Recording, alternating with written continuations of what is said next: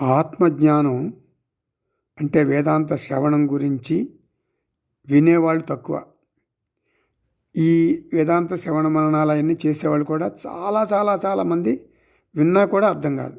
వేదాంత శ్రవణం చేసినా కూడా అర్థం కాదు. అసలు రారు వేదాంతానికి, వచ్చిన వాళ్ళకి అర్థం కాదు. శాస్త్రం మీద శ్రద్ధ ఉండాలి. ఇప్పుడు ద్రౌపది ఏం చేసింది? 2 చేతులు ఎత్తి చీర కొంగును కూడా వదిలేసి సర్వస్య శరణాగతి చెందింది. ఎవరు? ద్రౌపది. ఎవరికి చెందింది శరణాగతి? శ్రీకృష్ణ పరమాత్మకు. అది శ్రద్ధ అంటే. అలా ఉండాలి శ్రద్ధ శాస్త్రం మీద.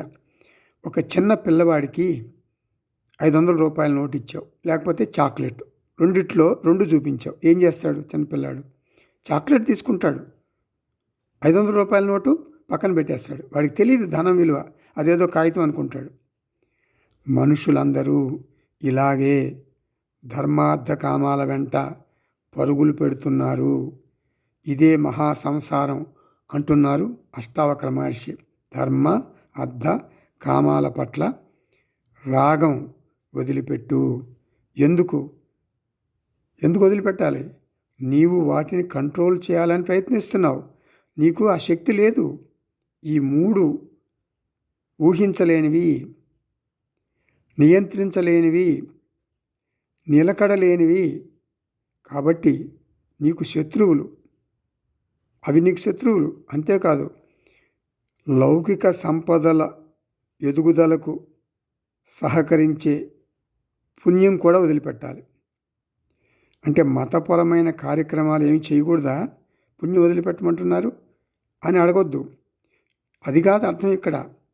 నీ కర్మకాండ అంతా చిత్తశుద్ధికి, తద్వారా వైరాగ్యానికి మాత్రమే ఉపయోగించు అంటున్నాం.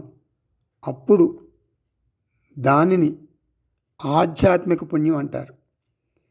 అనాత్మ పట్ల వైరాగ్యం పెంచుకో. అదృష్టవశాత్తు నీకు ప్రాప్తించిన అష్టైశ్వర్యాలు, బంధుమిత్రులు 3 నాళ్ళ ముచ్చట అని భావించు.